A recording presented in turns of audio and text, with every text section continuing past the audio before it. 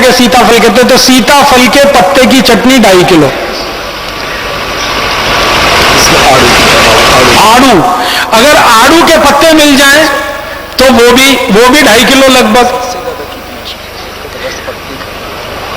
परम पूजनीय स्वामी जी कह रहे हैं कि आड़ू के पत्ते में कीट को मारने की या खत्म करने की सबसे ज्यादा शक्ति है, उसका रस पड़ते ही कीट मरते हैं, तो आड़ू के पत्ते अगर मिल जाए तो और भी अच्छा है।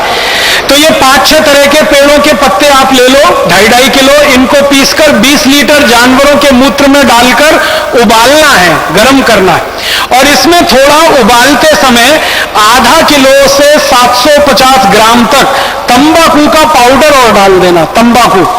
तंबाकू का पाउडर आधा किलो, कम से कम 750 ग्राम, अधिक से अधिक, ये डालकर उबाल लेना है। उबालकर इसको ठंडा कर लेना है, और ठंडा करके इसको आप बोतलों में भर के रख लीजिए।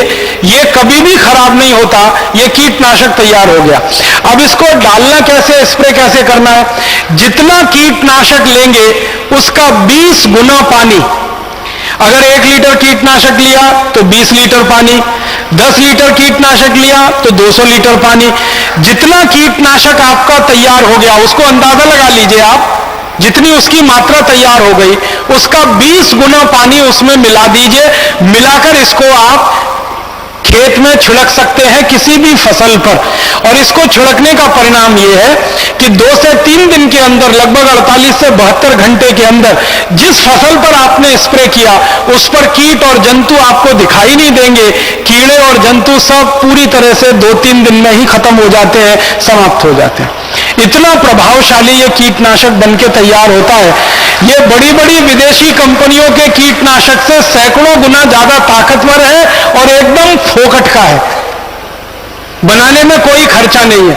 जानवरों का मूत्र मुफ्त में मिल जाता है, आपको नीम के पत्ते मुफ्त में मिल जाएंगे, निम्बोली मुफ्त में मिल जाएगी, आंकड़ा के पत्ते मुफ्त में मिल जाएंगे, आड़ू के पत्ते, सब तरह के पत्ते मुफ्त में हर गांव में उपलब्ध हैं। तो ये आप कीटनाशक के रूप में, जंतुनाशक के रूप में इसको इस्तेमाल करिए। और तीसरी एक जानकारी और देना चाहता हूं, अच्छी उत्पादन और फसल लेने के लिए जो बीज आप खेत में डालते हैं उस बीज को पहले संस्कारित करिए, फिर मिट्टी में डालिए। बीज संस्कार करने के लिए एक छोटा सा सूत्र और बताना चाहता हूं, जिसमें बीज को डुबोकर रखिए फिर खेत में डालिए। मान लीजिए आपको गेहूं का बीज लगाना है, मान लीजिए बाजरी का बीज लगाना है या मक्की का बीज लगाना है, तो बीज ले लीजिए 1 किलो। 1 किलो बीज के अनुसार ये सूत्र मैं बता रहा हूं, अगर 2 किलो हो तो सब चीजों को दुगना कर लीजिएगा।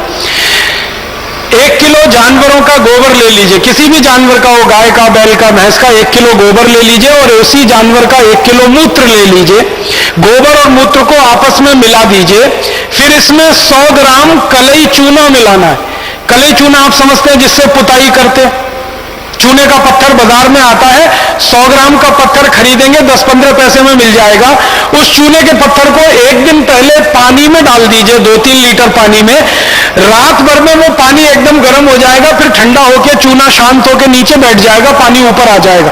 फिर इसको घोल लीजिए, चूना और पानी को, और इसको 1 किलो गोबर 1 लीटर मूत्र वाले पात्र में डाल दीजिए। तो गोबर, मूत्र और 100 ग्राम कलई चूने में जितना पानी तैयार हुआ वो सब मिला दीजिए और अच्छे से घोलकर इसमें बीज को डाल दीजिए। गेहूं का बीज हो या तो मक्की का हो या तो सब्जियों का, कोई भी बीज को डाल दीजिए। 1 किलो बीज इसमें आराम से भीग जाता है। वैसे अगर आप थोड़ा पानी डाल देंगे तो 2 किलो तक बीज भीग जाए। बीज को इसमें 2-3 घंटे से लेकर 6-7 घंटे तक डाल के रखिए। रात में डाल दीजिए, सुबह हो गई तो बीज को निकाल लीजिए। निकालकर इस बीज को छांव में सुखा दीजिए और छांव में सुखाने के बाद ये बीज को आप खेत की मिट्टी में लगा दीजिए। तो ये बीज जो लगेगा मिट्टी में, ये संस्कारित हो गया। अब इस संस्कारित बीज के 2 फायदे हैं। एक तो फसल का उत्पादन अच्छा मिलेगा और इस फसल पर जल्दी कोई कीट नहीं लगेगा, जल्दी कोई जंतुनाशक से आपको मुक्ति मिल गई और फसल का उत्पादन भी अच्छा हो गया।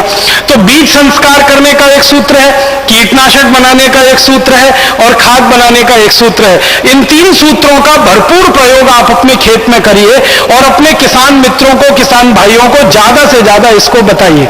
मेरा आपसे एक छोटा सा निवेदन है कि अगर आप में से कोई किसान भाई बहन है तो इस वर्ष अपने खेत के कम से कम 1 एकड़ में ये करके देखिए और और 1 एकड़ में आपने ये करके देखा, इसका परिणाम अगर अच्छा आया तो अगले वर्ष आप पूरे खेत में करिए,